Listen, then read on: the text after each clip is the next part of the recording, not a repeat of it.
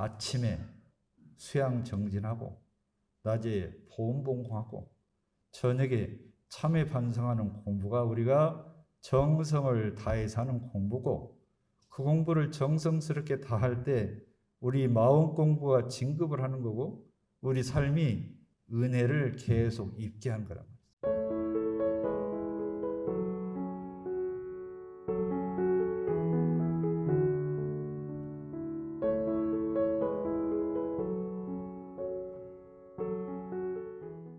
오늘은 이론상 서문 16번째로 지성으로 하여부터 말씀을 드리겠습니다. 이 본문은 법신불 이론상을 채받아서 우리 마음 공부길인 정신수양, 사리연구, 작업지사 공부를 지극정성으로 하라는 말씀입니다. 천지보온의 조목에 천지의 지극히 정성한 도를 채받아서 만사를 작용할 때 내 심신을 어느 때 어느 곳에든지 쓸 때 간단 없이, 끊어짐이 없이 시종이 여일하게 처음부터 끝까지 한결같이 그 목적을 달할 것이요, 이렇게 법문하셨습니다. 이론상 서문에서 지성으로 하라는 것은 무슨 말씀이냐면 천지의 지극히 정성한 도를 채받으라고 얘기합니다. 천지처럼 아침 저녁이 쉼 없고 해와 달이 뜨고 지고 하는 것이 쉼이 없고 모든 것이 쉼이 없잖아요. 그처럼 정성스러운 게 없습니다. 그 정성을 본받아서 지극정성으로 하라, 그 말씀이죠. 성가 가사에 믿음, 분발, 의문, 정성이란 말이 있습니다. 이건 우리가 익히 알고 있는 신분의성을 풀어 쓴 말입니다. 믿음과 분발과 의문심이 바탕이 돼야 정성이 이루어지는 거다, 그 말씀이죠. 여기서 지성으로 하라는 말씀에는 믿음, 분발, 의문, 즉 신분의가 함축돼서 이르신 말씀입니다. 여러분, 신분의성은 어떤 뜻을 갖나? 정전 말씀을 보면 신은 믿음이다. 믿음은 뭐냐? 모든 일을 이루할 때 마음을 정하는 원동력이란 말이에요. 이 일을 하려고 마음을 정했느냐? 정했어야 그것이 신이고 믿음이다, 그 말씀이죠. 자, 분은 분발심인데 용장한, 아주 두려움 없이 꾸준하게 하는 그런 전진심인데, 모든 일을 할 때 권면하고, 잘 되도록 권면하고 촉진을 시키는 것이 바로 분발심이다. 분발심. 의인은 의문심인데 일과 이치 간에 모르는 것을 발견해서 알려고 하는 거예요. 그래서 모든 일을 할 때 그 모르는 것을 알아내려고 하는 그런 원동력을 이르러서 의 또는 의문심이라 한다, 그 말씀이죠. 성은 사이에 끊어짐이 없는 겁니다. 사이에 끊어짐이 없이 꾸준히 가는 건데, 모든 일을 할 때 그 목적을 끝까지 이루어질 수 있게 하는 것이 정성이다, 성이다.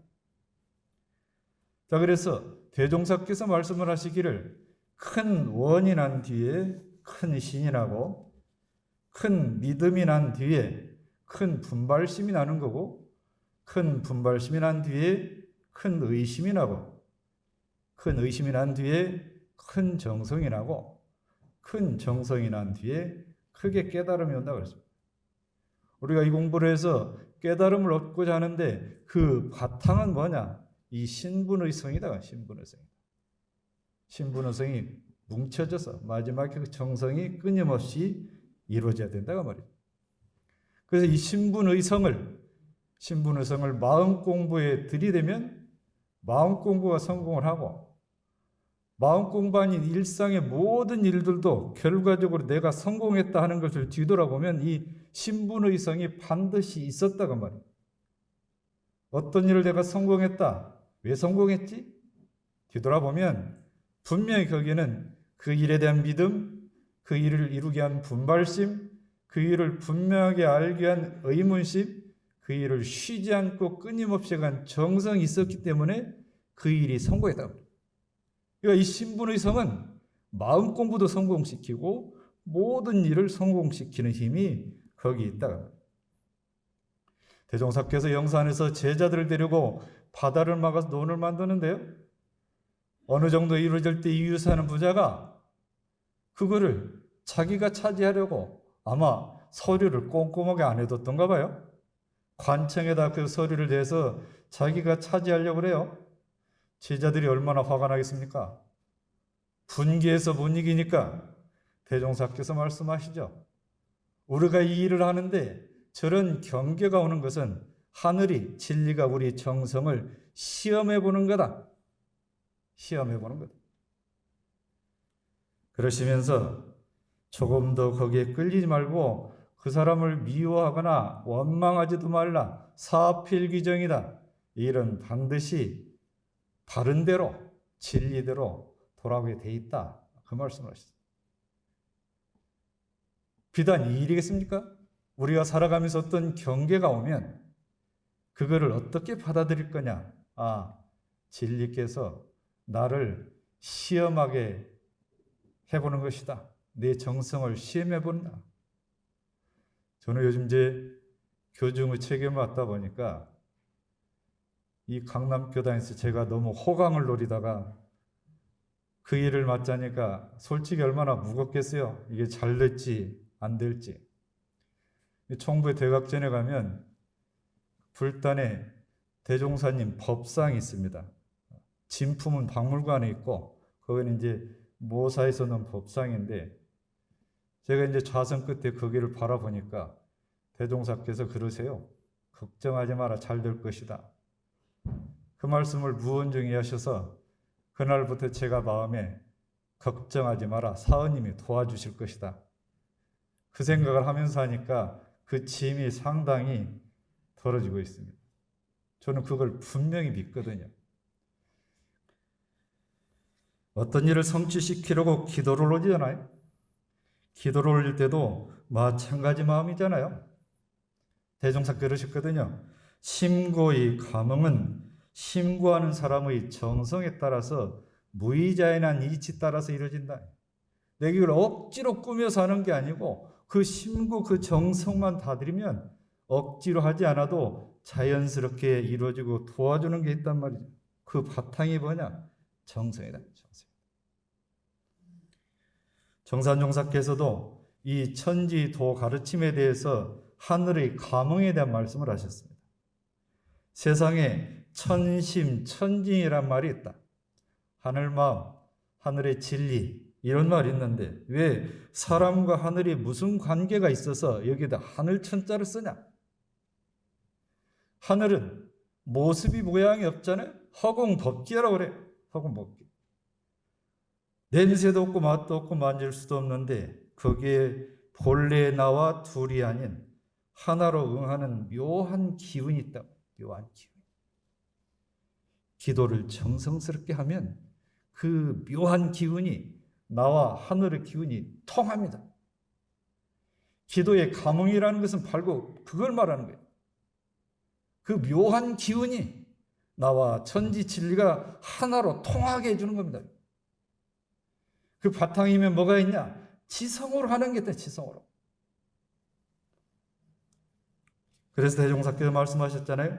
사람이 무슨 일이나 그 일에 정성이 있고 없는 것은 자기에게 어떤 관계가 있느냐 없느냐를 알고 모름이 있다 그랬어요. 이 일이 나하고 관계가 있느냐. 아픈 사람이 병에 치료하는 건 뭐예요? 이것이 내가 치료를 해야 낫는가 보니까 그렇게 아픈 몸을 이끌고라도 기어이 치료를 받으러 가는 거잖아요. 공부도 마찬가지입니다. 공부에 정성이 있는 것은 그 공부가 자기 앞날에 중대한 관계가 있는 줄 알기 때문에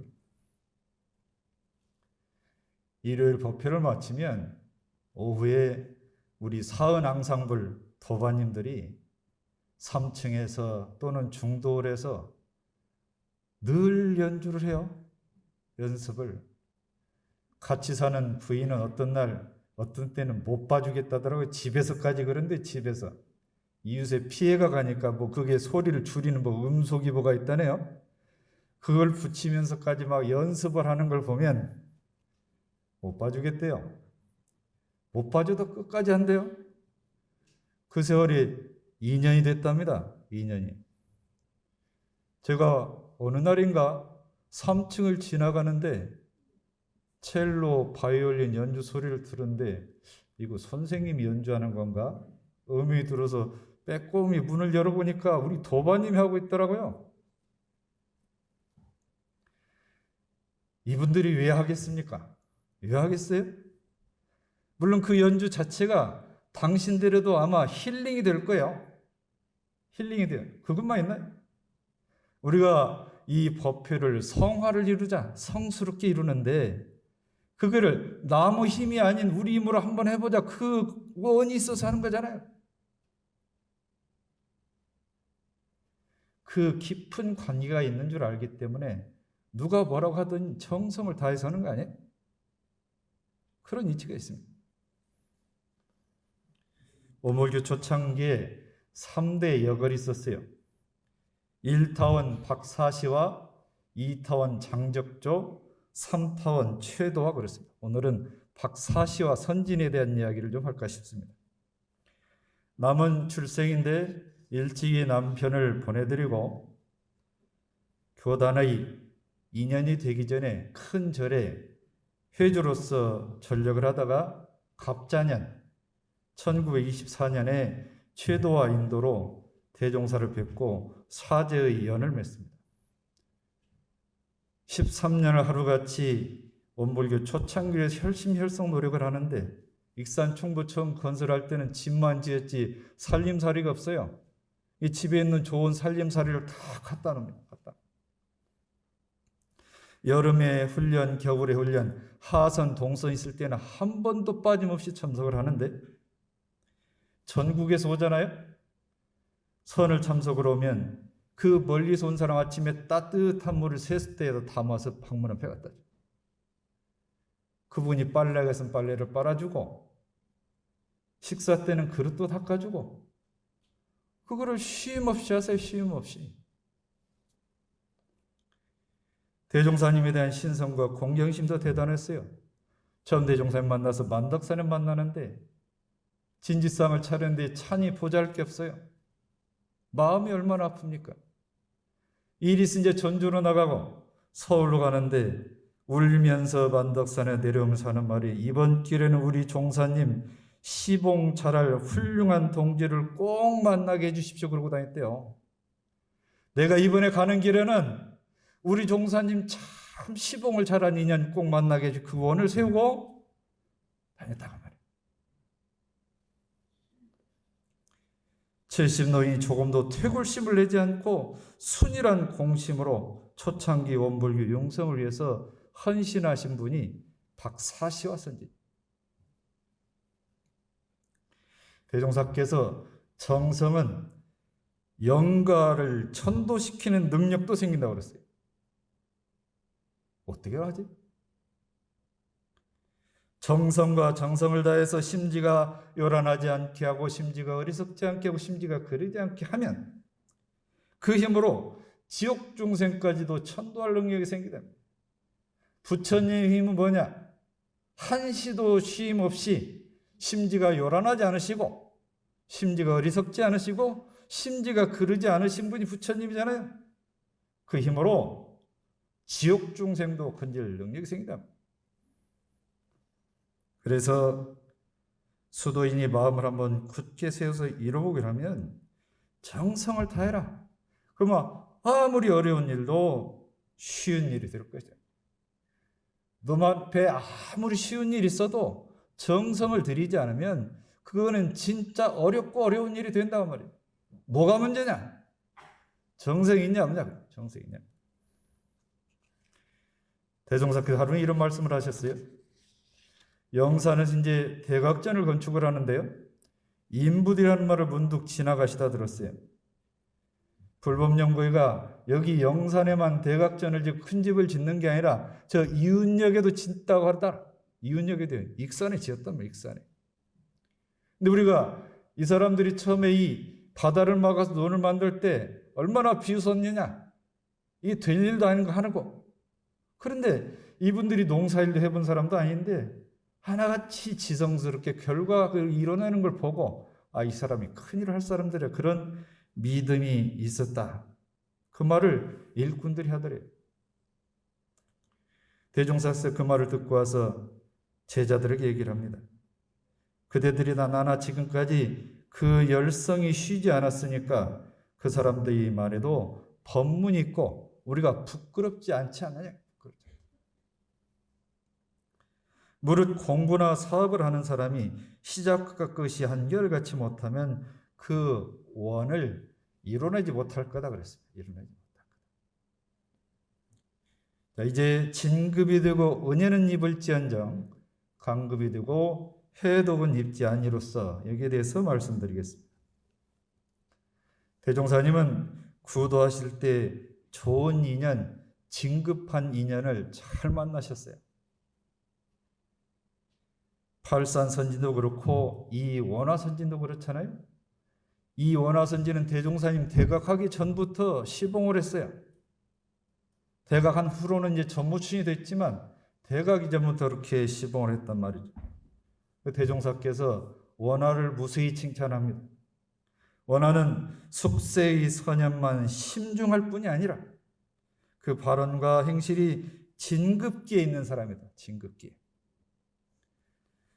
그래서 앞으로 이 회상이 발전되면 될수록 원화의 무량한 복록이 한량이 드러나는 그런 주인이 될 것이다. 이렇게 말씀을 했습니다. 우리가 사막 공부를 지성으로 하면 진급이 됩니다.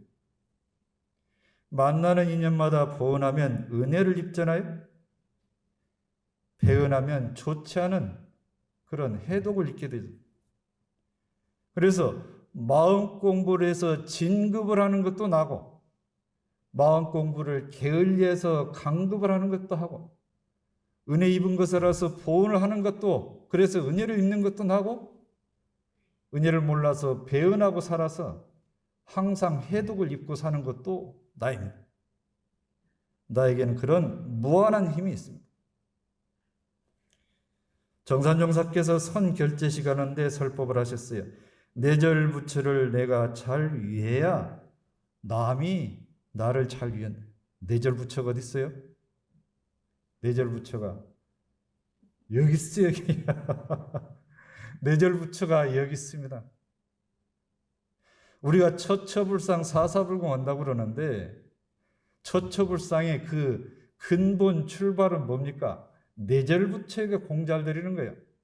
이게 불공에는 자기 불공과 상대 불공이 있는데 이 주 종을 따지자면 자기 불공이 주고 상대 불공이 종이다 그랬습니다. 나를 진실로 나에게 불공을 드리면 거기서 부처님 마음이 나지 않겠어요? 내절 부처를 잘 위해야 남도 나를 위한다는 말씀 바로 그 말씀입니다.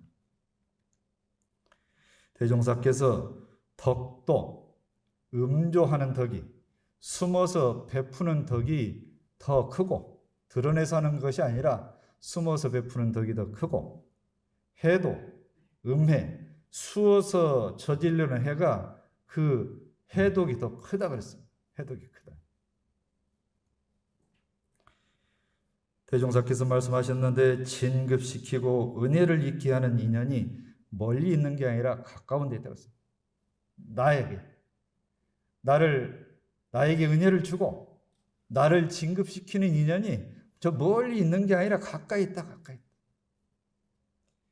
가까운 동지와 아랫사람에게 인증을 받아야 된단 말이죠. 가까이 사는 사람에게 인증을 받아야 돼요. 남편은 부인한테, 부인은 남편에게 인증을 받아야 그게 바른 인정이 된다. 외부에서 누가 인정하는 것보다도 가까이 사는 그이가 당신은 부처님이다. 당신은 부처님이다. 그 인증을 받아야 그게 참된 인증이다 그 말이죠. 그래서 부인은 남편을 잘 인도해야 되고 남편은 부인을 잘 인도해야 세상에서 인증을 합니다. 혹 불편한 부부 사이라고 안 보고 있다고 어디 가서 남편 흉보고 아내 흉보면 그것이 안 보일 것 같죠? 보입니다. 주머니 속 송곳 마냥 다 삐져서 나오게 되어 있습니다. 어느 구석에 큰 분이 계신지 모르니까 이 회상 만났을 때 조심하고 정성 다하는 연습을 부지런히 하라고 그랬어요. 제가 이번에 이제 책임을 맡아서 총부 간부진을 구성을 해가지고 어떤 사안을 결정을 하려고 토론을 하는데, 우연찮게도 지금 제가 이 총부 간부 중에서 예비교무 1, 2, 3, 4학년 과정할 때 제가 4학년일 때 3학년, 2학년, 1학년 했던 사람들이 이번에 부장으로 다 들어왔어요. 같은 기숙사, 같은 기간에 다녔던 사람들이 총부 간부를 맡았거든요. 그 이후에는 각지 교화를 나가고 서로 어때 대화할 사이가 없었어요. 어떤 사안을 토론하는데 제가 깜짝 놀랐습니다. 나도 나름대로 정성을 다해서 부지런히 살았다고 생각을 했는데 같이 저렇게 공부하고 살아왔구나 제가 놀랐습니다. 그래서 더 존중해야 되겠다, 더 귀하다, 그런 마음이 들었습니다. 도바님들도 마찬가지예요. 이 공부 같이 해오셨기 때문에 진짜 귀한 분들이 이 안에 다 있습니다. 다 있어요. 다 공부하신 분들 말이에요.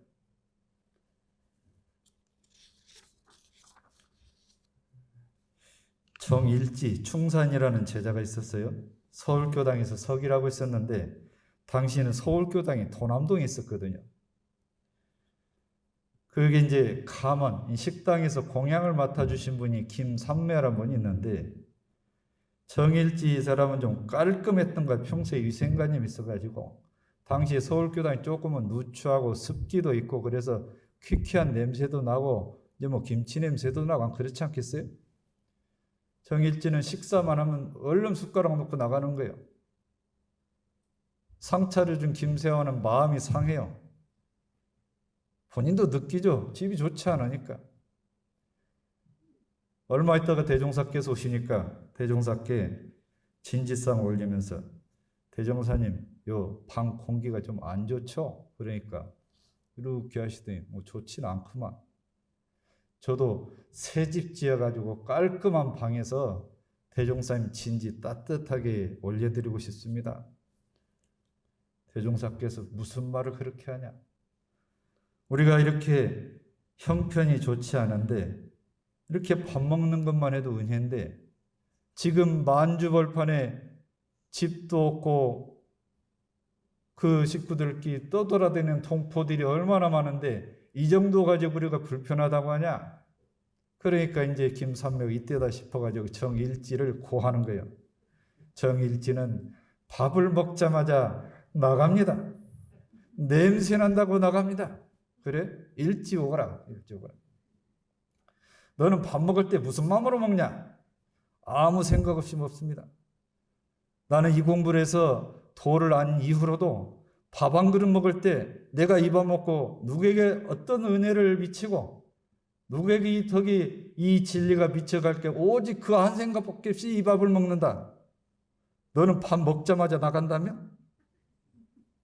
죄송합니다. 죄송합니다.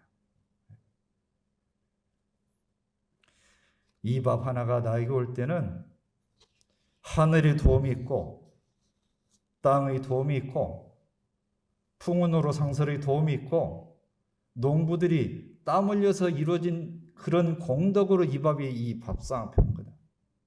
그 큰 은혜를 알아야 된다는 그 알았으면 이 귀한 밥을 먹고 오늘 하루도 내가 어떻게 살 것인가, 귀한 생각을 일으켜야 되는 거다. 귀한 생각을, 그 말씀을 하시더라고요. 대종사의 자비심이 얼마나 뭉클하게 묻어나옵니까? 그 소소한 일 하나에서까지 이 제자들을 진급시키고 은혜를 입는 길로 인도해 주시려고 쇠세곡절 그렇게 지도를 해 주시다면, 원기 40년에 대산종사께서 부산에 가셨어요.